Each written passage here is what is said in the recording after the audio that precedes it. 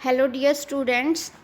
बच्चों, last time हमने prokaryotic cell and eukaryotic cell के बारे में डिस्कस किया था, लेकिन डिटेल में हमने प्रोकैरियोटिक सेल के बारे में पढ़ा था। आज हम डिटेल में यूकैरियोटिक सेल के बारे में पढ़ेंगे बच्चों। तो सबसे पहले ये क्वेश्चन होता है कि अराइज होता है कि यूकैरियोटिक सेल होती किस में है, कौन से ऑर्गेनिजम्स हैं जिनमें यूकैरियोटिक सेल होती है। कमेंट करके बताना बच्चे, यूकैरियोटिक सेल है जो वो किस में, कौन से ऑर्गेनिजम्स में पाई जाती है। ठीक है, +1 क्लास तो अच्छे से बच्चे आपने ये पहले भी सुना होगा, यूकैरियोटिक सेल में, प्रोकैरियोटिक सेल में। पैनिक होने की कोई बात नहीं है, इजी टॉपिक है। ठीक है, हाँ जी। Compartmentalization of cytoplasm through the presence of membrane bound organelles.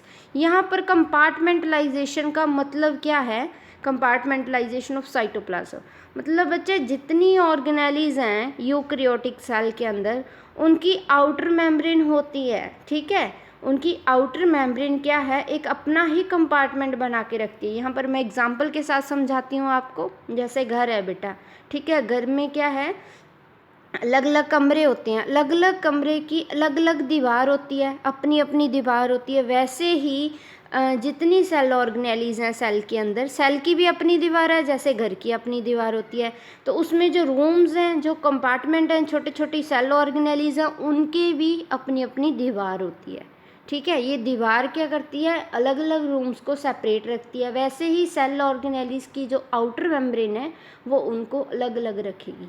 ठीक है, किसी और ऑर्गेनेलिस के साथ मिक्स नहीं होने देगी, कंपार्टमेंट बना के रखती है। ठीक है जी, तो आई होप बच्चे ये क्लियर हो गया आपको। All eukaryotic cells are not identical नहीं होती। जैसे कि ये लगा लो दोनों, प्लांट सेल और एनिमल सेल। प्लांट सेल और एनिमल सेल में भी इतने ज़्यादा डिफरेंस होते हैं। ठीक है, तो आज हम ये डिस्कस करेंगे। सबसे पहले बच्चे आपने प्लांट सेल और एनिमल सेल का अच्छा सा डायग्राम बनाना है, और eukaryotic cell and prokaryotic cell का भी डायग्राम अच्छे से बनाना है नोटबुक में।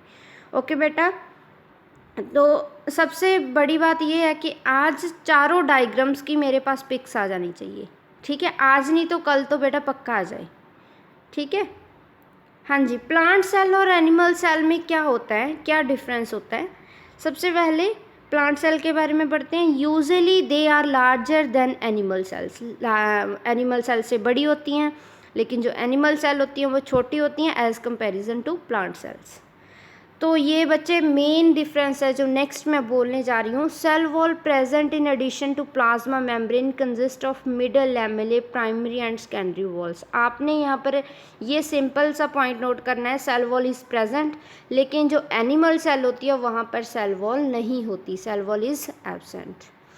Next is plasmodesmata present, plasmodesmata absent. ये प्लाज्मोडेस्माटा होता क्या है? ये जो बेटा प्लांट सेल है, प्लांट सेल में अगर आप बुक में डायग्राम देखोगे एनसीईआरटी बुक का, तो उसमें छोटे छोटे होल्स होते हैं। ठीक है, आउटर मेम्ब्रेन में छोटे छोटे होल्स होते हैं जो क्या करते हैं, मतलब सेल के अंदर कुछ जाना और सेल से बाहर कुछ आना, वो उन होल्स की हेल्प से काम होता है। ठीक है स्टूडेंट्स, तो प्लाज्मोडेस्माटा प्लांट सेल में ही होते हैं, एनिमल सेल में नहीं होते। क्लोरोप्लास्ट प्रेजेंट, क्लोरोप्लास्ट आपको पता है जो ग्रीन पिगमेंट प्रोवाइड करता है। ठीक है, और क्लोरोप्लास्ट एब्सेंट नहीं होता है एनिमल्स में, ये प्लांट्स में ही होता है। ठीक है जी। वैक्यूल्स लार्ज होता है और परमानेंट होता है। प्लांट सेल में सेंटर में बहुत ही बड़ा वैक्यूल पाया जाता है जो स्टोरेज करता है अलग अलग मटीरियल्स की, लेकिन एनिमल सेल्स में वैक्यूल होते तो हैं लेकिन छोटे छोटे होते हैं और टेम्परेरी होते हैं। ठीक है, कई बार दिखते हैं, कई बार नहीं भी दिखते। और tonoplast present around the vacuoles. Vacuoles की जो आउटर मेम्ब्रेन है उसको हम टोनोप्लास्ट बोलते हैं। तो प्लांट सेल में टोनोप्लास्ट होता है, लेकिन एनिमल सेल में टोनोप्लास्ट नहीं होता। Centrioles absent except motile cells of the lower plants. Centrioles क्या होता है बेटा, वो हम डिटेल में डिस्कस करेंगे आगे, सेल ऑर्गेनेलिस पढ़ेंगे। ये मेनली ना, इसका ये फंक्शन ये होता है कि एक सेल से दो सेल जब बनती हैं तब सेंट्रियोल्स का रोल आता है। ठीक है, तो सेंट्रियोल्स एनिमल सेल में होते हैं, प्लांट सेल में नहीं होते। प्लांट सेल में होते हैं, लेकिन उनमें ही होते हैं जो मोटाइल सेल्स होती हैं, जो एक जगह से दूसरी जगह जाती हैं cells. Next, nucleus present along the periphery of the cell. Nucleus at the centre of the cell. Animal cell में न्यूक्लियस है जो वो सेंटर में होता है, लेकिन प्लांट सेल में वो बच्चे साइड में होता है, ठीक है, पेरिफेरी में होता है। Lysosomes are rare. Plant cell में बहुत कम लाइसोसोम्स पाए जाते हैं, लेकिन एनिमल सेल में लाइसोसोम्स प्रेजेंट होते हैं, ठीक है, ज़्यादा होते हैं मतलब। Storage material is starch grains and storage material is glycogen granules. तो छोटे छोटे दाने होते हैं जो प्लांट सेल में, उन दानों को बोलते हैं स्टार्च ग्रेन्स, और एनिमल सेल में उन दानों को बोलते हैं हम ग्लाइकोजन ग्रेन्यूल्स। तो बच्चे डायग्राम जब बनाओगे, डिफरेंस आप सुनोगे, मेरी बात को सुन के द्वारा आप बच्चे डायग्राम को देख के दोनों डायग्राम्स को कंपेयर करना, आपको खुद ब खुद डिफरेंस याद हो जाएंगे। बहुत इंपॉर्टेंट टॉपिक है ये। Clear students? हाँ जी, next is cell wall. Cell wall क्या होती है? सबसे बड़ी बात कि सेल वॉल नॉन लिविंग होती है, ठीक है। बाकी पूरे जो सेल के पार्ट्स होते हैं वो बेटा लिविंग होते हैं, लेकिन सेल वॉल एक अकेली ऐसी होती है जो नॉन लिविंग होती है और रिजिड स्ट्रक्चर होता है। इतनी ज़्यादा हार्ड होती है ये, ठीक है। इतनी ज़्यादा हार्ड है तो फंक्शंस क्या हो सकते हैं इसके? प्रोवाइड शेप प्रोवाइड करेगी सेल को, प्रोटेक्ट्स फ्रॉम मैकेनिकल डैमेज और इन्फेक्शन, जो भी मैकेनिकल डैमेज होगा, ठीक है, कोई इंजरी नहीं होने देगी। सेल सेल इंट्रैक्शंस, एक सेल से दूसरी सेल में कुछ इन आउट करना मटेरियल्स का, तो सेल सेल इंट्रैक्शंस होगी। Provide barrier to undesirable molecules, जो अनडिज़ायरेबल मॉलिक्यूल्स हैं, जो सेल के लिए ज़रूरी नहीं है मटेरियल्स, मॉलिक्यूल्स, उसको वो अंदर आने नहीं देंगे। ओके, तो प्लांट सेल बनी किस चीज़ की होती है? Cellulose, hemicellulose, pectin, proteins. Clear बच्चे? और सेल वॉल है जो वो दो टाइप्स की होती है, ठीक है, primary cell wall and secondary cell wall, ठीक है जी।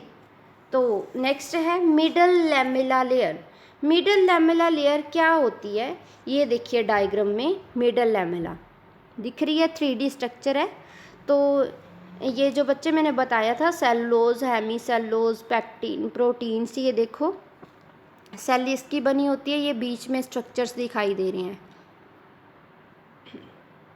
ये देखो बेटा, ठीक है। सॉल्युबल प्रोटीन्स भी पड़े हुए हैं, हेमी सेलुलोज भी हैं, सेलुलोज माइक्रोफिब्रिल भी है और पैक्टिन भी है। क्लियर? मिडिल लैमेला बेटा एक कैल्शियम पैक्टेट की बनी होती है और cementing different cells together. Sorry बेटा।